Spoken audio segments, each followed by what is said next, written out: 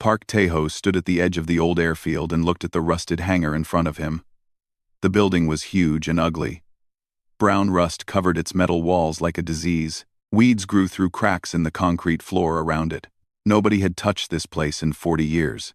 He held a piece of paper in his hand. It was the deed to this property. He had bought it at a government auction for almost nothing. Just a few thousand won. The price of a cheap dinner. Everyone at the auction had laughed when he raised his hand to bid. They called him crazy. Maybe they were right. 3 years ago, Tae-ho had been someone important. He worked as an aerospace engineer at the National Space Agency. He designed parts for satellites. He had a good apartment in Seoul, a nice car, and a future. Then the budget cuts came. The government decided space programs were too expensive. They fired half the engineers. Tae-ho was one of them. After that, everything fell apart. He could not find another job. Companies said he was too specialized, too expensive, too old at 35. He sold his car. He lost his apartment. He moved into a tiny room above a noodle shop. He started buying and selling scrap metal just to survive. Now he stood here, looking at his latest purchase. An abandoned hangar on an abandoned airfield in the middle of nowhere. The locals in the nearby village had warned him about this place. They said it was cursed. They said strange lights appeared here at night back in the 1980 seconds. They said a farmer went inside once and came out screaming. He never spoke again. He died 3 months later. Tae-ho did not believe in curses. He believed in metal. Old military bases had valuable things inside. Copper wire, steel beams, aluminum panels, things he could sell. He walked up to the main door. A heavy chain and lock held it closed. The lock was covered in rust so thick he could barely see its shape. He took out his bolt cutters and cut through the chain. It fell to the ground with a dull sound. The door did not want to open. Years of rust had sealed it shut. Tae-ho pushed hard. He pushed again. On the third try, the door screamed and moved. A gap appeared. Then another. Finally, the door opened wide enough for him to squeeze through. Inside, the air was thick and old. Dust floated in the thin beams of light coming through holes in the roof. Tae-ho turned on his flashlight and pointed it forward. His heart stopped. In the center of the hangar sat something impossible. It was a craft of some kind. A vehicle. But it was like nothing he had ever seen.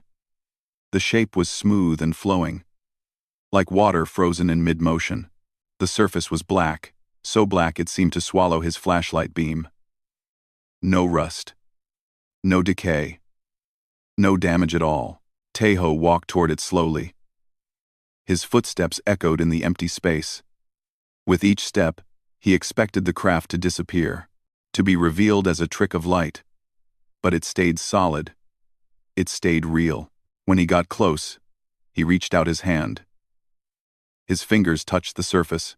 The craft hummed. Tae-ho jumped back. The hum was soft, almost gentle. It vibrated through the floor and into his bones. The craft was not dead. After 40 years in this forgotten place, it still had power. He walked around it slowly, studying every curve. There were no visible seams, no bolts, no welding marks. The entire craft looked like it had been grown rather than built. On one side, he found what looked like a door, a thin line in the surface, barely visible. He pressed his hand against it. The door slid open without a sound. Inside was a small cockpit. 2 seats. Strange controls covered in symbols he did not recognize. And in the pilot's seat, there was something that made his blood turn cold. Bones. A skeleton sat in the chair, still held in place by straps across its chest. But the bones were wrong. The skull was too long and narrow.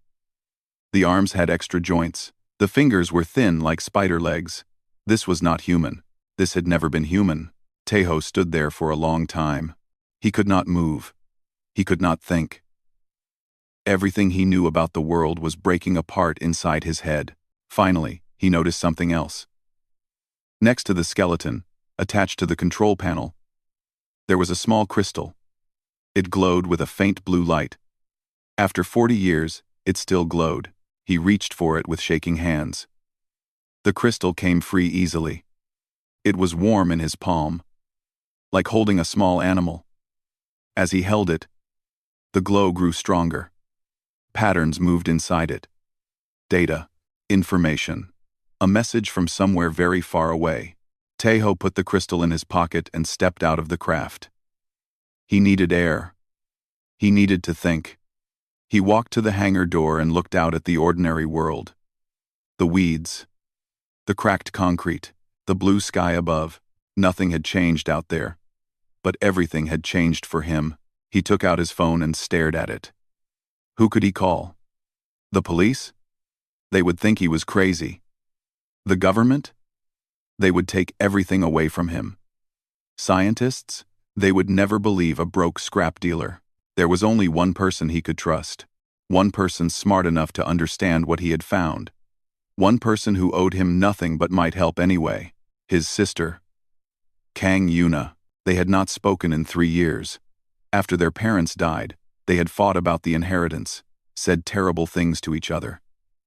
She disappeared into the underground world of hackers and programmers. He heard rumors about her sometimes. They said she was brilliant, dangerous, wanted by several governments for things she had done to their computer systems. Tejo dialed her number. It rang 5 times. He expected voicemail. Instead, he heard her voice. What do you want? Yuna, he said. I found something. Something impossible. I need your help. Silence on the other end. Then she spoke again. Where are you? He told her. She hung up without saying goodbye. That was her way. Always had been. Tejo went back inside the hangar. He sat down on the dusty floor and looked at the alien craft. The blue crystal glowed in his pocket.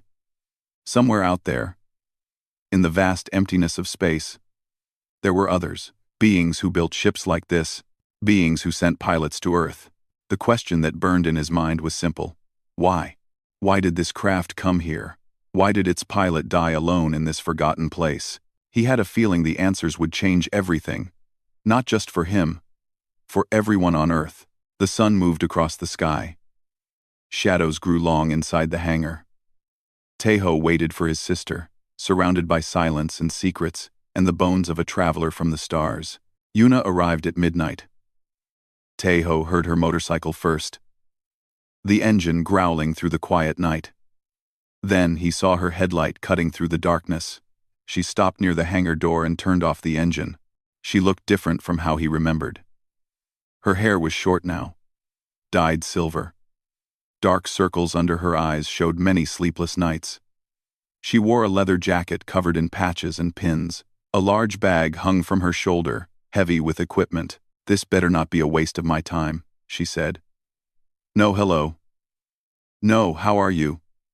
That was Yuna. It's not, Tejo said. Follow me. He led her inside the hangar. When his flashlight found the craft, Yuna stopped walking. She stared at it for a long moment. Her face showed nothing. But Tejo knew his sister, the slight widening of her eyes, the way her breath caught. She was shocked. What is this? She whispered. I don't know. I found it here. There's more inside. He showed her the cockpit, the skeleton, the strange controls. Yuna walked around everything slowly, taking pictures with her phone. She did not touch anything yet. She was careful. Always careful. The bones, she said. They're not human. I know. This craft has been here for decades. But there's no decay. No corrosion. The technology to do that doesn't exist. Not on Earth. Not on Earth. I know, Tejo said again. There's something else. He took the crystal from his pocket. Its blue glow lit up the dark cockpit. Yuna's eyes went wide. It's still powered, after all this time. May I? He handed it to her. She held it up to her face, studying the patterns moving inside. Then, she opened her bag and took out a laptop. More equipment followed. Cables, adapters, things Tejo did not recognize. I need to try something, she said. This might not work. She connected cables to her laptop. Then she touched one cable to the crystal's surface. The screen flickered. Strange symbols appeared. Then numbers. Then something that looked like code. "It's communicating," Yuna said. Her voice was excited now. "The crystal is sending data. It's adapting. Learning our systems. That's impossible. That's completely impossible." For 3 hours, she worked without speaking. Tejo sat nearby and watched. He brought her coffee from a thermos. She drank it without looking up. Her fingers flew across the keyboard. Screens of data scrolled past. Finally, she leaned back. Her face was pale. "I decoded part of it," she said. "There's a message. And star maps. And technical drawings. Blueprints for things I don't understand." "What does the message say?" Yuna turned the laptop toward him. On the screen, text appeared in Korean. The crystal had translated itself. "My name is not important. My species is not important. We are dead now. All of us. The Dominion came to our world when we first learned to travel between stars. They said we were primitive, dangerous, a future threat. They killed everyone, billions of lives, gone in one day. I escaped. I searched for other primitive worlds. Worlds like yours. I wanted to warn them. To give them what we learned too late. I crashed on this planet in what you call 1983. My body is dying. The radiation from the crash is killing me slowly. I cannot repair my ship. But I can leave you this. Inside this crystal is everything. Our science, our weapons, our shields. Everything the Dominion feared we might become. We never got the chance to use it. Maybe you will. They are called the Dominion. They control most of this galaxy. They find young species and destroy them before they can grow strong. They have done this for 10,000 years. Your world is already marked. They will come. I do not know when. But they will come. I am sorry I could not do more. I am sorry I could only give you knowledge and a warning. But perhaps that is enough. Perhaps your kind is different from mine. We waited for someone to save us. You must save yourselves. Good luck." Tejo read the message 3 times. Each time, the words felt heavier. An alien species had died. Billions of beings. Wiped out in a single day. And Earth was next on the list. "The blueprints," he said. "Can you understand them?" Yuna nodded slowly. "Some of them. They're advanced. But they're logical. They build on physics we already know. It's like someone giving a child a university textbook. Hard to understand. But not impossible." Quote, "Could we build these things? The weapons? The shields? Maybe. With time. With resources. With people who understand this kind of science." She paused. "But there's a bigger question. What do we do with this? Do we tell the world?" Tejo thought about it. He imagined the news spreading. "Aliens are real. They're coming to kill us." People would panic. Governments would fight over the technology. Wars might start before the Dominion even arrived. "No," he said, "not yet. We need to be ready first. We need to build something. Prove that we can fight. That's crazy. We're 2 people. I'm a hacker. You sell scrap metal. How are we supposed to build alien weapons? We find others. People who will believe us. People with skills and resources." Yuna laughed. It was not a happy sound. "You want to save the world in secret. You're insane. Maybe. But I'm not wrong. If we go public now, we lose control. Governments will lock us out. They'll spend years arguing while the Dominion gets closer. We need to move fast. We need to move quiet." His sister looked at him for a long time.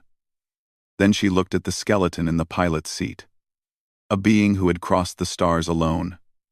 Dying slowly. Just to give strangers a chance. "Okay," she said finally. "I know some people. Scientists who got kicked out of their universities for crazy ideas. Military officers who were pushed aside. Business people who don't play by the rules. Can they be trusted? Some of them, maybe. Trust is hard to find. She started packing her equipment. I'll make some calls. You stay here. Guard this place. Don't let anyone inside. Where are you going? To find us an army. She walked toward the door, then stopped. Tejo. I'm sorry about what happened between us. After Mom and Dad died, I said things I didn't mean. I know, I did too. We'll talk about it later, after we save the world. A small smile crossed her face. The first real smile he had seen from her in years. Then she was gone. The motorcycle roared to life and disappeared into the night. Tejo stayed in the hangar. He sat next to the alien craft and thought about the future. Somewhere out there, vast ships carried armies that had killed billions. They were coming for Earth, for humanity, for every person he had ever known, but they did not know what waited for them. They did not know that a dying alien had given humans a gift. They did not know that two broken people in a rusted hangar had just started a war they intended to win. Tejo looked up at the stars through a hole in the roof. They looked beautiful, peaceful, full of mystery. Soon they would mean something different. Soon they would mean danger, but also hope. He touched the black surface of the alien craft. It hummed under his fingers, still alive, still waiting. We'll make it count. He whispered to the skeleton in the cockpit. Your people won't be forgotten. I promise. The crystal glowed in his pocket. The first step had been taken. The real work was about to begin. 18 months passed. In that time, everything changed. Yuna kept her promise. She found people. Strange people. Broken people. People the world had thrown away. One by one, they came to the hangar. One by one, they saw the craft and the skeleton and the glowing crystal. One by one, they believed. The first to arrive was Cho Minho. He was 40 years old, a former general in the army. 10 years ago, he had warned the government about the need for space defense programs. They laughed at him, called him paranoid, pushed him into early retirement. Now he sat in the hangar, looking at proof that he had been right all along. I knew, he said quietly. I always knew we weren't alone. I could feel it. Will you help us? Tejo asked. Minho looked at the alien skeleton, then at the crystal's blue glow, then at Tejo. Tell me what you need. The second was Lee Hana, 28 years old, a physicist who had published papers about faster-than-light travel. The scientific community called her a fool. Universities refused to hire her. She worked as a teacher at a small high school, her brilliant mind wasted on basic math lessons. When she saw the alien blueprints, she cried. This is real, she whispered. Everything I theorized, everything they said was impossible. It's all here. It works. Can you build it? Yuna asked. Hana wiped her eyes. Give me resources. Give me time. I will give you ships that can touch the stars. The third was Baek Sunwoo, 45, a businessman who had made billions in construction and manufacturing. The government called him a criminal. They said he avoided taxes, bribed officials, broke every rule. Maybe they were right. But Sunwoo had something they needed. Factories. Equipment. Money that no one could trace. Why should I help you? He asked. What do I get from this? Tejo told him the truth. Nothing. If we fail, we all die. If we succeed, nobody will know you helped. There is no profit here. Only survival. Sunwoo was silent for a long time. Then he laughed. I've spent my whole life chasing money. Maybe it's time to chase something else. He shook Tejo's hand. Tell me what to build. Tell me. They called themselves the Foundation. A simple name for a simple purpose. They would build humanity's defense.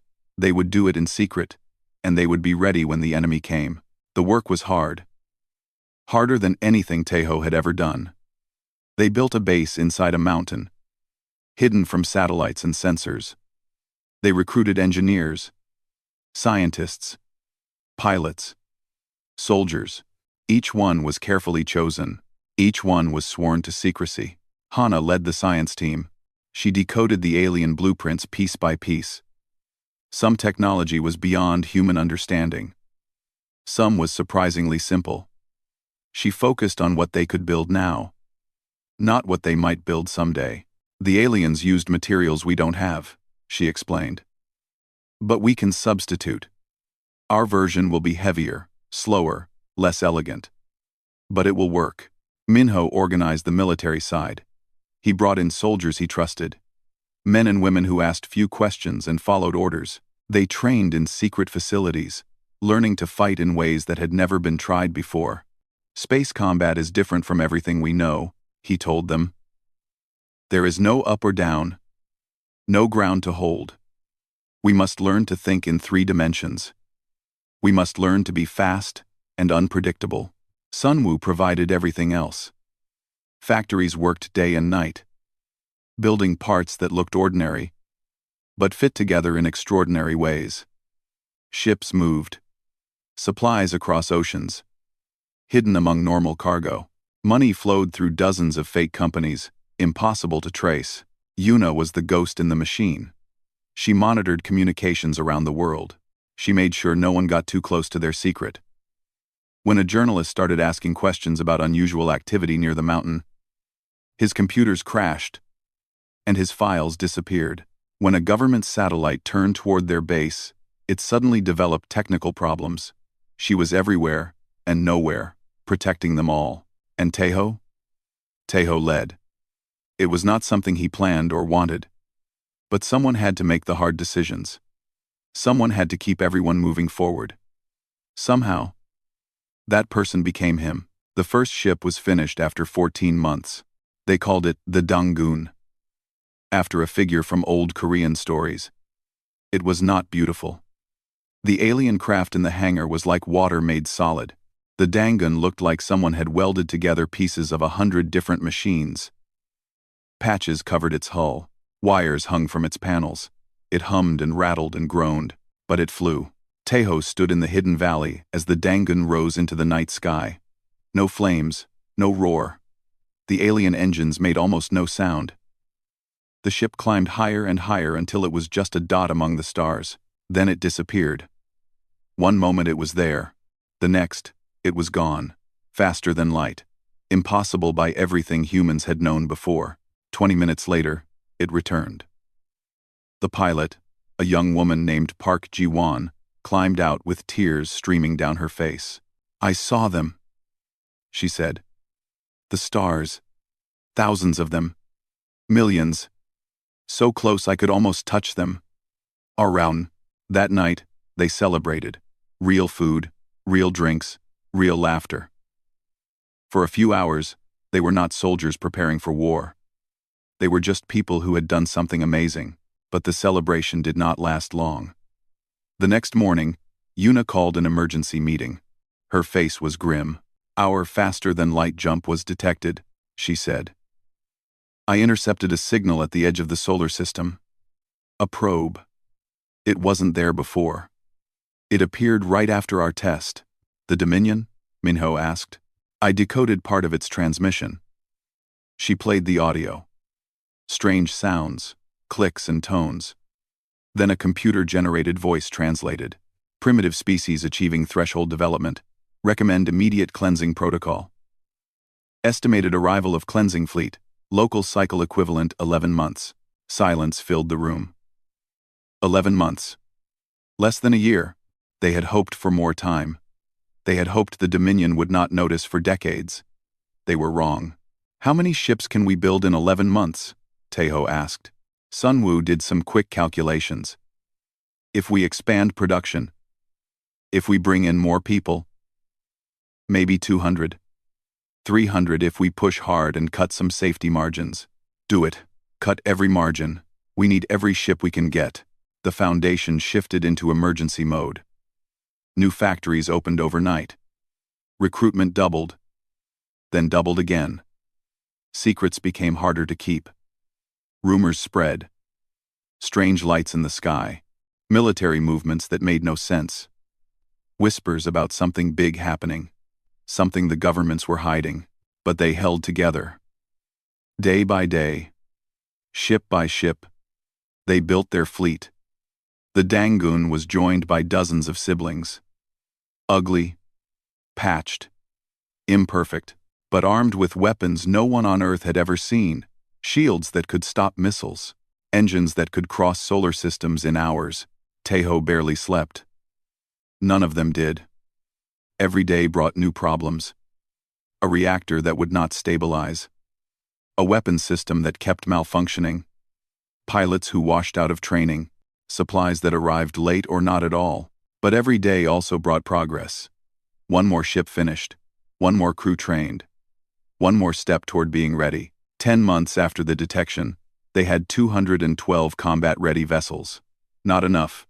Never enough. But more than zero. More than surrender. Tejo stood on the bridge of the Dangoon and looked at the fleet around him. Human ships, built by human hands, carrying human crews. They were not perfect. They were not elegant. They were held together by sweat and determination and stubborn refusal to give up. The Dominion was coming to destroy them. They had destroyed hundreds of species before. Billions of lives erased without mercy. But this time would be different. This time, their target would fight back. Tejo touched the console in front of him. The Dangoon hummed in response, ready for whatever came next. "Let them come," he whispered. "We'll be waiting." The Dominion arrived on a Tuesday morning. Tejo was drinking coffee when the alarm started. Red lights flashed throughout the mountain base. Screens lit up with tracking data. 3 massive objects had appeared near the moon. Each one was larger than any structure humans had ever built. Each one carried enough weapons to turn a continent into ash. Yuna's voice came through the speakers. "They're here. 3 capital ships, hundreds of smaller craft. They're broadcasting on all frequencies." "Let me hear it." A new voice filled the room. It was cold and mechanical, translated from whatever language the Dominion used. "Attention, inhabitants of the 3rd planet. You are designated species 7742. Your world has been marked for cleansing under Dominion Protocol 7. Resistance is meaningless. Surrender your world, and your termination will be quick. Resist, and it will be slow. You have 1 local day to comply." The message repeated. Again and again. In every language on Earth. Every television showed the same thing. Every radio played the same words. Every phone displayed the same warning. Chaos erupted immediately. Tejo watched the news feeds from around the world. Cities were in panic. People ran through streets, not knowing where to go. Governments held emergency meetings that produced nothing but fear. Religious leaders called for prayer. Scientists called for calm. Nobody listened. In Seoul, crowds gathered outside government buildings, demanding answers. In New York, highways turned into parking lots as millions tried to flee. In Moscow, in Beijing, in every capital city, the same scene played out. Humanity was breaking apart before the first shot was fired. But deep inside the mountain, the foundation prepared for war. "All ships are ready," Minho reported. 212 vessels. 8,000 crew members. Everyone knows this might be a one-way trip. Nobody backed out. Hana stood at a console, checking systems one last time. "Our shields are holding at full power. Weapons are armed. The alien technology is integrated and stable." "The crews from other nations?" Tejo asked. "Arrived and in position. 30 countries. Pilots and soldiers from every continent. They don't all speak the same language, but they all know what's at stake." This had been the hardest part. In the final months, they had reached out to certain military leaders around the world. Not governments, but individuals. People like Minho who understood the threat and were willing to act without orders from above. These secret allies had sent their best people to join the Foundation's fleet. Tejo looked at the faces around him. Korean, American, Russian, Chinese, Brazilian, German, Nigerian. Humans from everywhere, united by the simple desire to survive. "We can't hide anymore," Tejo said. "The world needs to know they have a chance. They need hope." Yuna nodded. I've prepared a broadcast. It will reach every screen on Earth, just like the Dominion's message. Say the word. Tejo took a deep breath. Do it. 10 seconds later, his face appeared on every television, every computer, every phone in the world. He had not prepared a speech. He spoke from his heart. My name is Park Tejo. 3 years ago, I was nobody. An engineer who lost his job. A man who sold scrap metal to survive. Then I found something. A gift from the stars. A warning and a weapon. I know you're scared. I'm scared too. The Dominion has destroyed countless worlds. They think we're primitive. They think we're weak. They think we'll surrender or die screaming. They're wrong. For the past 18 months, we've been building in secret. Ships, weapons, a fleet to defend our home. Not one nation's fleet. Humanity's fleet. Soldiers from 30 countries. Engineers from every continent. We are the foundation. We did not ask permission. We did not wait for governments to agree. We knew time was short and arguments were long. So we acted. Now the enemy is here. And we are ready. I won't lie to you. We might lose. We're outnumbered. We're facing technology we barely understand. Many of us will die in the next few hours. Maybe all of us. But we're going to fight. Because that's what humans do. We fight. We survive. We never, ever give up. To the soldiers in our fleet, you know what to do. Make them remember us. To everyone else, don't lose hope. Whatever happens up there, don't let them see you break. Show them what humans are made of. Just are made. The broadcast ended. For a moment, the world was silent. Then something unexpected happened. In Seoul, people stopped running. They looked up at the sky, and they stayed. In New York, drivers got out of their cars and stood together on the highway, watching the stars. In villages and cities and islands across the world, humans stopped panicking and started waiting. Waiting to see what would happen. Waiting to see if hope was real. The Foundation's fleet launched from hidden bases on 3 continents. 212 ships rose into the night sky, their engines glowing like new stars. They gathered in orbit, forming a wall between Earth and the approaching enemy. Tejo stood on the bridge of the Dangoon. Around him, his crew worked with calm focus. No fear. No hesitation. They knew what they had signed up for. Enemy fleet is approaching, Yuna reported. Her station was filled with screens showing sensor data. They're launching fighters. Thousands of them. Our shields? Hana answered from the engineering section. Stable. I've made some modifications the aliens never thought of. Human modifications. We might have some surprises for them. Good. Tejo opened a channel to the entire fleet. All ships. This is Dangun Actual. You've trained for this. You know the enemy thinks we're nothing. Let's teach them otherwise. Remember your training. Trust your crews. And if you get a chance to hurt them, take it. He paused, looking at the image of the Dominion fleet on his screen. Massive ships, beautiful in a terrible way. Ancient. Powerful. Designed to destroy. I won't give you a pretty speech, he continued. We all know why we're here. For our families. For our friends. For the people on Earth who can't fight. For every species the Dominion wiped out before they had a chance. Today, humanity takes its place in the galaxy, not as victims, as warriors. Fleet Dangun, engage. The battle began. Dominion fighters swarmed toward the human fleet like a cloud of angry insects. Their weapons fired first. Beams of energy that should have torn through the human ships like paper through water. They didn't. Human shields held. Hana's modifications worked. The alien technology, filtered through human engineering, was stronger than the original. Different. Unpredictable. Return fire, Tejo ordered. 200 ships opened fire at once. The Foundation's weapons were based on alien designs but built with human fury. They hit harder than expected. Dominion fighters exploded in silent flowers of flame. The enemy commanders hesitated. This was not how primitive species were supposed to fight. This was not how cleansing operations went. Something was wrong. That hesitation cost them. Minho had trained his pilots well. They didn't fight in neat formations like the Dominion expected.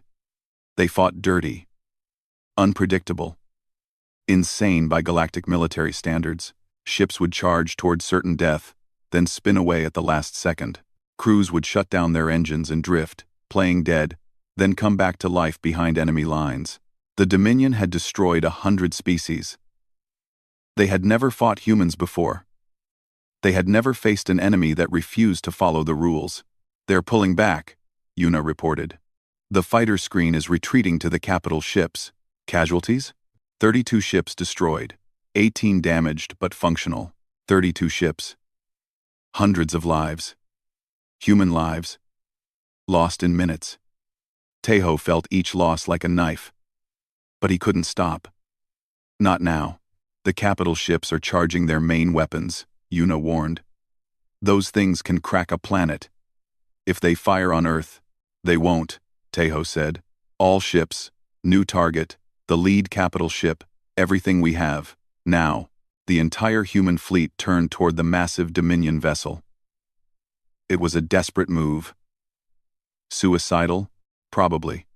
But if they could take out the command ship, maybe, just maybe, the others would retreat. 180 ships charged toward a target 100 times their size. Their weapons fired continuously. Their shields flickered under return fire. Ships died, one by one. But the survivors kept coming. On the bridge of the Dangun, Tejo watched the distance counter dropping. 10,000 kilometers, 5,000, 1,000. "Prepare the main cannon," he ordered. "All remaining power to weapons." The Dangun's experimental weapon had never been tested in combat. It was based on the deepest secrets in the alien crystal. A weapon designed to fight the Dominion. A weapon for moments exactly like this. "Target locked," the weapons officer reported. "Fire." A beam of pure energy shot from the Dangun's bow. It cut through the Dominion ship's shields like they weren't there. It carved through the hull, through the decks, through the heart of the ancient vessel. The Dominion capital ship exploded. The shockwave threw the Dangun spinning. Alarms screamed. Systems failed. But the crew held on. And when the chaos settled, they looked out at something nobody had ever seen before. A dead Dominion warship, killed by humans, the primitives they had come to exterminate. The two remaining capital ships stopped their advance. For a long moment, nothing happened. Then, they turned and ran. A transmission came through, broadcast on all frequencies. The same cold mechanical voice as before, but different now. Uncertain, cleansing operation suspended. Recommend strategic withdrawal. Species 7,000. 742 displays unexpected capabilities. Further evaluation required. A second transmission followed. This one meant for the galaxy, not for humans. Warning to all Dominion forces. Do not engage species 7,742. Repeat. Do not engage. They are not primitive. They are uncontainable. In the fleet, in the mountain base, on Earth below, a sound began. Soft at first, then growing, cheering, crying, screaming with joy. Humanity had won its first battle. But Tejo didn't celebrate. He looked at the stars where the Dominion ships had disappeared. This was only the beginning. They would be back. With more ships, more weapons, more determination. But they would find humanity waiting, stronger, smarter, ready. The galaxy had changed today. A primitive species had stood up to the greatest power in known space, and the greatest power had blinked first. 1 year after the battle, Park Tejo stood on the bridge of the Dangun II and watched a new star being born. It wasn't really a star. It was the jump point, where human ships crossed from normal space into faster-than-light travel. a flash of blue-white light that looked like a small sun appearing and disappearing in seconds. Today, that light came from a fleet of 50 vessels, jumping toward a world called Vora by its inhabitants. Vora was 300 light-years from Earth, a small planet with purple oceans and orange forests. The beings who lived there had 4 arms and skin like tree bark. They had just discovered radio. They had just started dreaming of space. The Dominion had marked them for cleansing. Jump complete, Una reported from her station. Even now, after everything, she preferred to be on a ship rather than safe on Earth. I'm detecting the Dominion fleet, 12 ships, standard cleansing formation. Tejo nodded. Open a channel. Channel open. Dominion vessels. This is Fleet Commander Park Tejo of the Human Defense Force. You are ordered to withdraw from this system immediately. The species designated Vora 7 is under human protection. Any hostile action will be met with overwhelming force. Silence for a moment, then a response. Human Commander. You have exceeded your boundaries. This is Dominion space. Your species was granted survival, not authority. Withdraw or face consequences. Tejo smiled. He had heard these threats before. Many times, in many systems. The Dominion always talked the same way. They had been the masters of the galaxy for 10,000 years. They didn't know how to be anything else. I'm going to give you one chance to leave peacefully, Tejo said. You won't get another. The Dominion commander laughed. At least, the sound translated as laughter. One human fleet against 12 Dominion warships? You won a single battle through surprise. You will not win again. You're right. I don't have just one fleet. Tejo made a signal to Una. I have friends.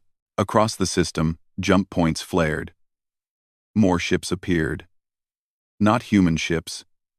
Different shapes. Different designs. Ships from Krell, a species the Dominion had tried to cleanse 5 months ago. Ships from Tora, saved 3 months before that. Ships from 6 different worlds, all of them standing together. 100 vessels surrounded the Dominion fleet. Weapons powered up. Shields activated. You can still leave, Tejo said. Or you can stay and die. Your choice. For a long moment, nothing happened. Then the Dominion ships turned and ran. No fight. No last stand. Just retreat. On the bridge of the Dangun 2, Hana laughed.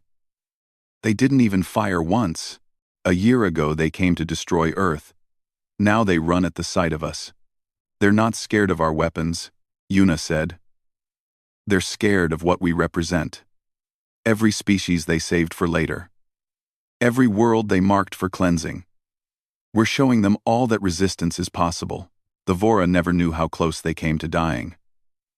When human scientists visited their world later, they found a simple civilization just learning to work metal and write words. Peaceful beings who had never imagined the danger in the stars above them. Those beings were alive because humans had chosen to fight. After the battle, Tejo visited a special place on the flagship. A small room, locked and guarded, known only to a few. Inside sat the original alien craft from the hangar. It had been moved here carefully, preserved exactly as he found it. The skeleton still sat in the pilot's seat, strapped in, facing forward. We saved another one today, Tejo said to the bones. He always talked to the alien, even though he knew it couldn't hear. Vora. 4 armed people. Good souls. They'll never know about you, but they owe you everything. He touched the black surface of the craft. It still hummed faintly. After all these years, still alive in some small way. I wish I knew your name. I wish I knew what your home looked like. I wish you could see what your gift became. The alien had crashed on Earth alone, dying, with nothing but hope. That hope had become a fleet, an alliance, a movement that was changing the entire galaxy. Tejo left the room and returned to the bridge. More work waited. It always did. The year since the battle had been busier than any time in human history. The Foundation went public. Governments that had criticized Tejo during the battle now begged to join the effort. Scientists from every country studied the alien technology. Factories on 6 continents built ships around the clock. The first wave of Dominion refugees arrived 3 months after the battle.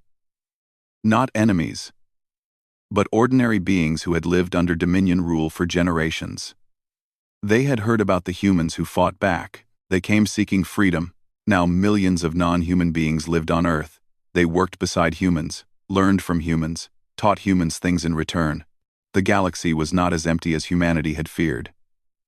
It was full of life, full of diversity, full of potential.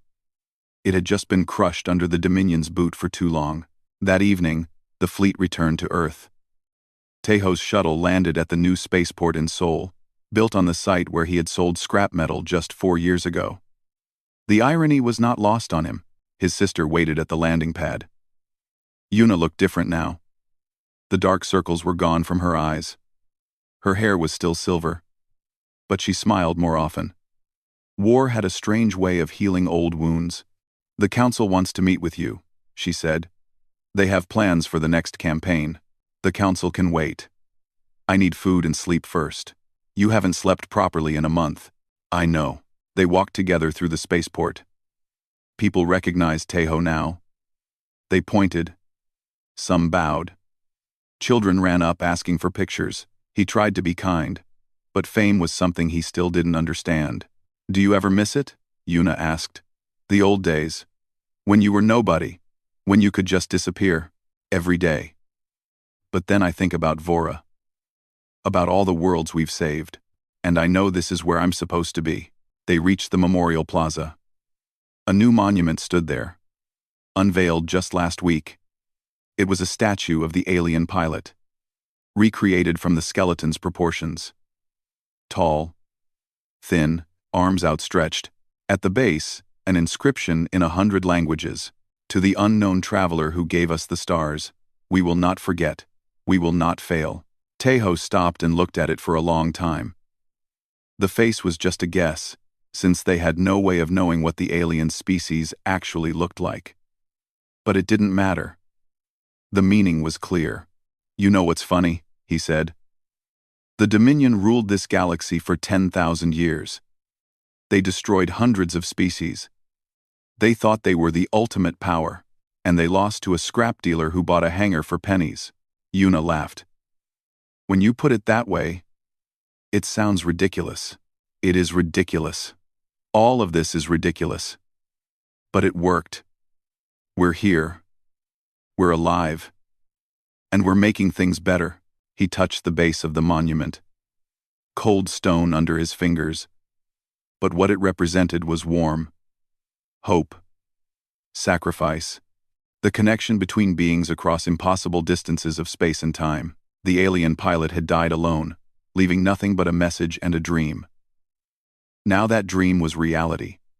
Humans were flying between stars, saving species, building alliances, changing the galaxy forever. They were not conquerors. They had no interest in ruling others. They were something the Dominion had never faced. Something new. In a very old galaxy. Liberators. Tejo looked up at the sky. Somewhere out there, the Dominion was regrouping, planning, preparing for a war they had never expected to fight. They would be back, stronger and more desperate than before. But so would humanity. And now humanity wasn't alone. "Ready to go home?" Yuna asked. Tejo shook his head. "This is home now. All of it. Earth. The fleet. Every world we protect. Home isn't a place anymore. It's what we're fighting for." She nodded, understanding. They walked out of the plaza together. Brother and sister. Survivors and warriors. Ready for whatever came next. Above them, human ships crossed the sky, their engines glowing like promises. The stars had seemed so distant once. So mysterious. So unreachable. Now, they were highways. Battlegrounds. Places where humanity was writing a new chapter in galactic history. The Dominion had called them primitive, weak, insignificant, a species to be erased and forgotten. They had been very, very wrong. And across the galaxy, In Dominion space and beyond, other species were learning a new word, a human word, taught by example: hope. The alien who crashed in a forgotten hangar had carried it across the stars, a dying wish from a dead species, a gift that cost everything. Humanity had received that gift, and they were paying it forward, one world at a time. The story was just beginning.